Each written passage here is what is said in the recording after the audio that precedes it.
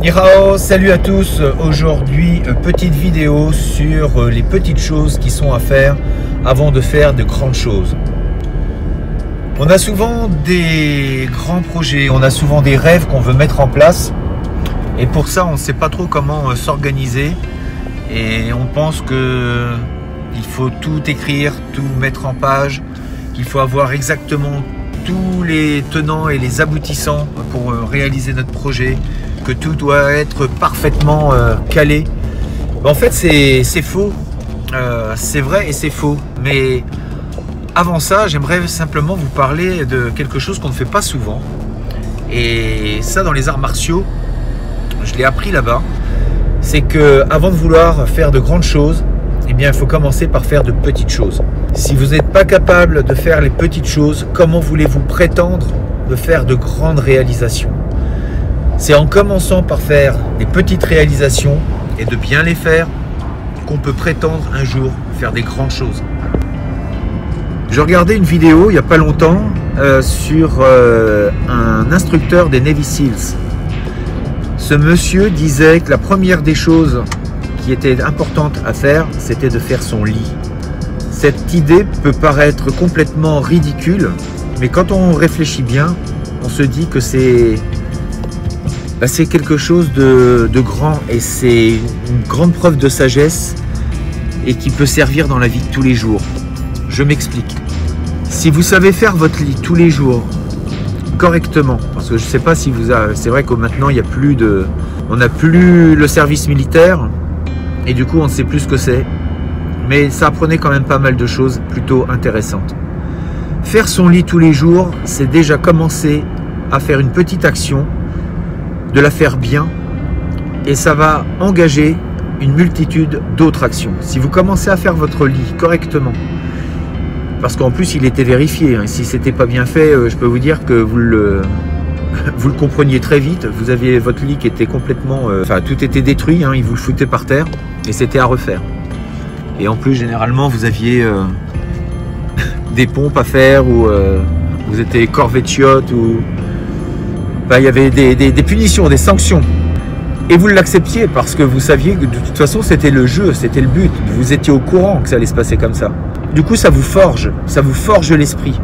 Vous devenez plus fort et vous êtes donc plus résistant à tout ce qui peut se passer dans le monde et à ce qui peut se passer le jour où vous allez commencer à mettre des actions en place et faire votre projet. Donc vous savez que votre projet, votre réalisation, ça va être l'aboutissement de plusieurs petites réalisations. Quand on dit que la mer est faite de plusieurs gouttes d'eau, ben c'est ça, on voit la mer mais on ne voit pas toutes les petites gouttes d'eau qui ont fait ce lac, cette mer, cette grande étendue d'eau. Elle est composée de plusieurs milliers, de milliards de gouttes d'eau. Et votre vie, c'est pareil, vous allez faire des centaines de tâches dans la journée, et si vous faites attention à toutes ces tâches, où il n'y a pas d'option, c'est vous devez les faire. Il faut de toute façon vous obliger à faire les choses correctement et de vous y tenir, de les faire tout le temps. Et de commencer par des petites choses. Commencez par faire peut-être votre lit, mais ou de faire une autre action qui de toute façon, quoi que vous fassiez, vous devez la faire. Vous vous mettez l'obligation, cette autodiscipline de la faire. Et c'est comme ça que vous commencez à engranger des actions qui vont vous emmener vers votre but. Et puis, je disais, c'est ce côté où il n'y a pas d'option possible. Il y a des choses que vous devez faire et vous devez vous y tenir. Parce que c'est comme ça que vous allez avoir de l'estime pour vous-même. Et je pense que ça c'est vraiment très important, avoir de l'estime pour soi-même. Si vous ne vous estimez pas, comment voulez-vous que les autres vous estiment? C'est pas parce que vous allez essayer de réaliser des choses que les gens vont vous estimer. Il faut déjà que vous commenciez par vous estimer vous-même et donc à être fier de vous en faisant des choses. En disant, bah là j'ai fait ça, je suis fier de moi. Je peux aller me coucher aujourd'hui, j'ai réalisé telle et telle chose. Et ça c'est important. Et puis pour le coup, bah, les autres aussi seront fiers de vous parce qu'ils diront, voyons, tout ce qu'il fait c'est bien, et il a du courage, il est volontaire. Et ça les gens le verront, non pas parce que vous le dites, mais parce que vous le faites. Faire c'est plus important que dire. toute votre vie, vous aurez beaucoup de gens qui diront, mais qui ne le feront pas. Beaucoup de gens vous critiqueront. Il y aura toujours des gens qui chercheront à vous faire tomber, à ralentir vos projets, à ralentir vos ambitions, à dire que ce que vous faites, c'est nul. N'écoutez pas ces gens-là. Faites les choses. Ayez votre but en tête. Réalisez des petites opérations, des petites actions. Et toutes ces petites actions deviendront de grandes actions. Votre plan, il n'est peut-être pas complètement clair, mais plus vous allez faire les choses, et plus votre projet va s'éclaircir. Plus vous allez savoir ce que vous voulez vraiment. Mark Zuckerberg, au tout début, il pensait vraiment pas faire impacter le monde comme il l'a fait. Écoutez ces vidéos, regardez, vous allez voir. Au début, lui, c'était de mettre les gens d'Harvard en contact. Il pensait pas que quelques années plus tard, il allait impacter le monde. Mais il a continué. Il a voulu être acheté. Regardez le film aussi de Mark Zuckerberg. Il y a eu un film sur sa biographie, sur sa vie. Et regardez, il a voulu être acheté par plusieurs grandes sociétés. Il a refusé parce que c'était pas sa volonté, c'était pas son rêve. Son rêve, c'était d'impacter plus de monde. Il a été lâché. Tous ses collaborateurs l'ont lâché quasiment. Et il a continué, il a cru en lui. Il a fait des petites actions. Il en a fait plusieurs. Il est tombé plusieurs fois. Il a échoué, mais il a continué. Il faut qu'on arrive à faire notre lit tous les jours et de belle façon, de façon correcte, pour qu'on n'ait pas à nous le défaire. Et que le soir, quand on rentre, on retrouve un lit qui est bien, dans lequel on va se coucher. Et on sait que demain, ce sera un nouveau jour et qu'on pourra refaire encore et encore cette même opération. Et parce qu'on a refait cette opération, on devient plus fort. On s'endurcit. Dans les arts martiaux, c'est pareil. On fait des petites choses. Savoir saluer le tatami.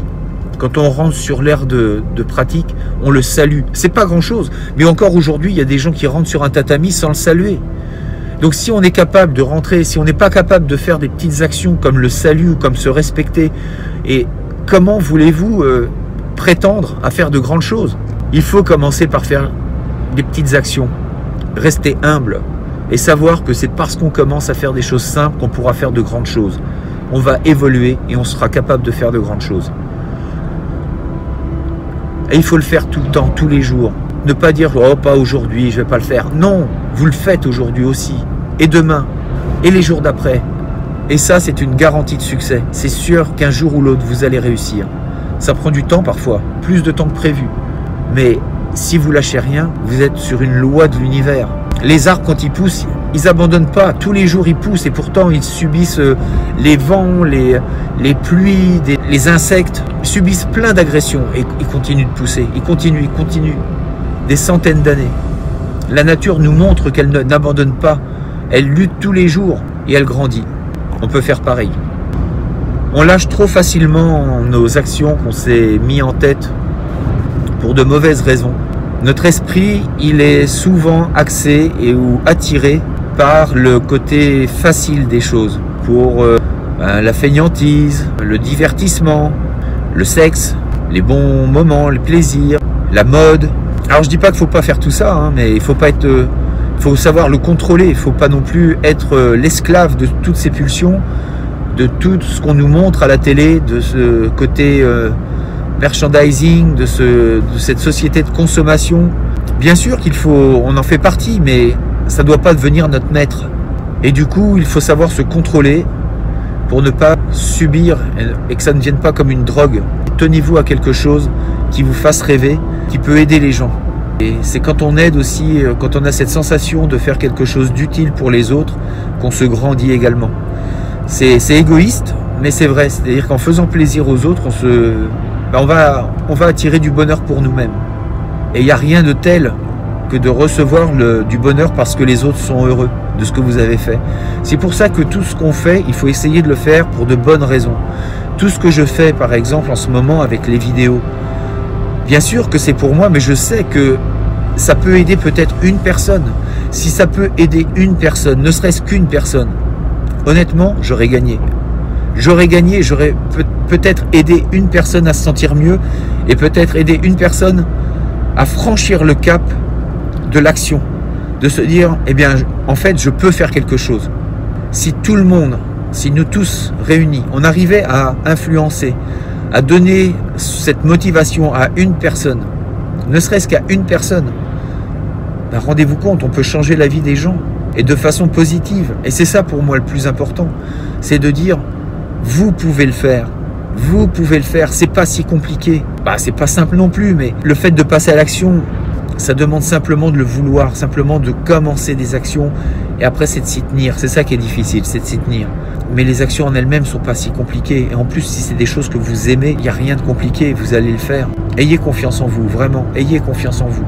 Nous sommes des magiciens, on a tous ce potentiel, on a tous ce pouvoir que les animaux n'ont pas. On peut changer notre monde, on peut avoir un pouvoir sur ce monde, on peut changer des choses, on peut le modeler autour de nous, on peut modeler ce monde. Vous avez ce pouvoir, nous sommes des êtres humains, nous avons ce pouvoir de pensée, de créatrice. Donc on peut créer des choses.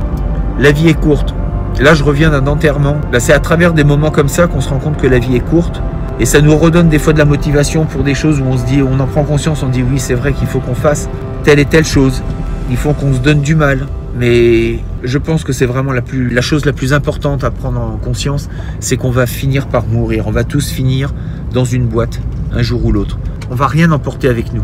Sinon, peut-être des souvenirs ou de l'expérience qu'on aura appris. Mais sinon, on va rien emmener avec nous. Notre fortune, nos meubles, notre voiture, tout ce dont on a couru parfois pour se faire une vie en pensant que c'est avoir une maison, avoir une belle voiture, avoir des nouvelles fringues, avoir une grosse montre. Mais tout ça, on ne va pas l'emporter avec nous. Tout ce qui est matériel, on ne l'emmène pas, ça reste ici. Prenons conscience de ce temps qu'on a à vivre et faisons de belles choses. Tous, on peut faire de belles choses. Et c'est possible, c'est vraiment possible. Eh bien écoutez, je vous dis à une prochaine. Donc là, j'ai fait une vidéo dans la voiture, c'est pas très bien.